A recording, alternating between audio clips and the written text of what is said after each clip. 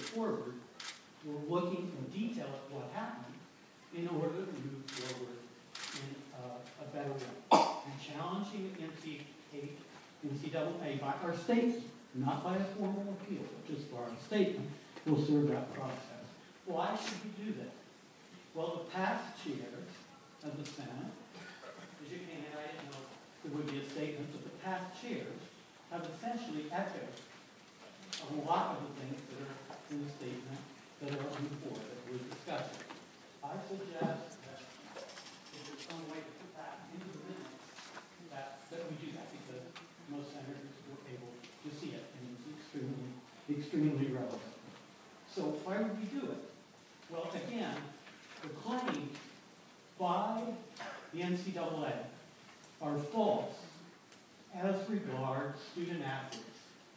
Student athletes have zero violations, absolutely zero violations, and yet they were sanctioned as if they had rule violations, as if they had repeated rule violations. That's simply totally inaccurate. Their actions are totally not in line with the precedent. There's sanctions for something that really did not occur. There's sanctions in an extraordinary context, we all agree, and that's acknowledged in the context. But we might as well say, how about some sanctions for the hockey team? Our hockey team shoots at a smaller net. That would make just about as much logic as sanctioning incoming students in football for their scholarships. How about we have our golf team tee off 30 yards, have a longer course than our opponents? It would make just as much sense. This is illogical. It's out of proportion. It's out of precedent. It just does not make sense. So what I really suggest is that we consider endorsing a statement along these lines. There's various ways after the Senate, including a special session of the Senate, which can be called an LRP. There are various ways in which, if after discussion we want to say something along these lines, I think we could, for the good of the university, compatible with what the president and administration is working towards, compatible with what the Board of Trustees is working towards. So let's go with it.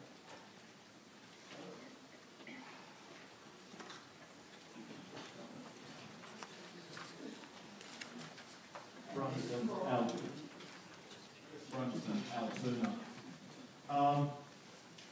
I applaud Senator Nelson's and the past chair's letter regarding the punitive measures that have been visited on us by the NCAA and the Big Ten. However, I think that it would be a better use of the Senate's time, expertise, and energy to examine those institutional government structures that produced the crisis last November that continues, and these structures continue to this day to operate in the university.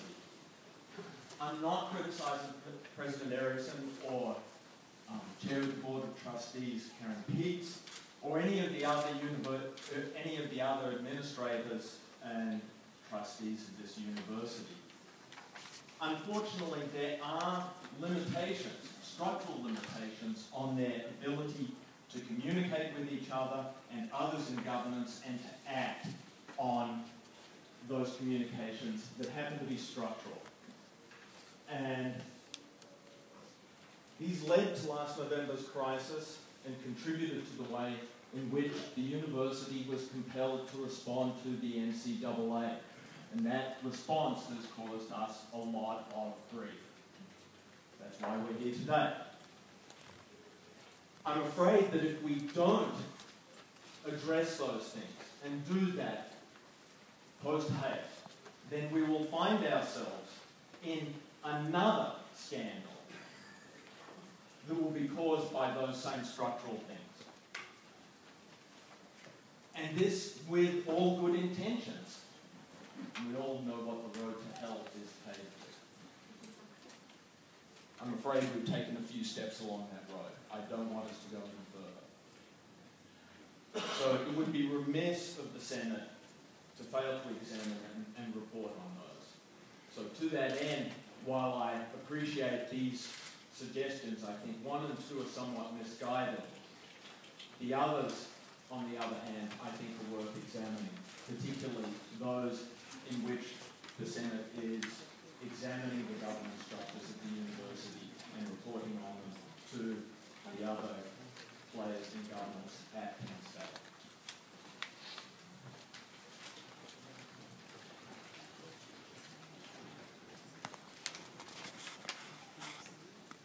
No State College of Science. I wanted to support Senator Brunson's gist of his comment.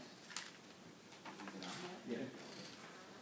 And the issues that he raised about individual unfairness to individual students and so on, I think are not really within the proper purview of what we can do, in the sense that the reality is that a finding that we might make would, I think, have no effect on either the NCAA or the Big Ten. It might serve some moral force or something like that, but I think the more pressing issues are the ones that Senator Brunson raised and that you have in the later terms, which is issues having to do with shared governance, issues having to do with performance of jobs within the university, I think are very much within our purview. But to come out and start to try to discuss what is appropriate punishment for whatever happened over the past decade or so here is something which I think we could not execute in an efficient way, and we'll have a hard enough time doing a major restructuring to the governance rather than getting tied up in issues of whether it was fair to punish an incoming freshman on the football team. We are, in fact, you hear politicians today say corporations are people. In some sense, this is one entity, and another entity called the NCAA has decided to punish an entity called Penn State University. And 120,000 of us are going to be punished. Effectively, the $60 million corresponds to about $100 per person per year. Effectively, we're all paying a traffic ticket, if you want to look at it in that way. And then there are various other things about rules changing and so on. I think we aren't going to get traction there, and we're going to both look bad and waste our time if we go into this fight about trying to negotiate with the NCAA. Let's get our own act together, and let's get our university working the way it should be.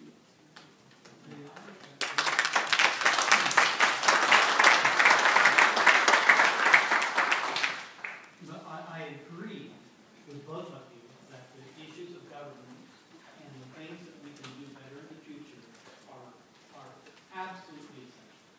But I also agree that there is a moral force to communicating our perception of the whole context of what happened.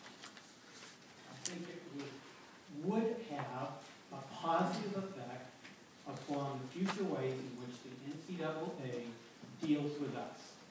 I think it would be appropriate, and I think one clause from the former chairs of the Senate, who conclude that the damaging rhetoric used by the NCAA to justify sanctions has unjustly injured the academic reputation, financial health, and general well-being of the university. So there's quite a few people, I think, who see that whether we speak up or not, even if the NCAA ignores us, I think we have a responsibility. That's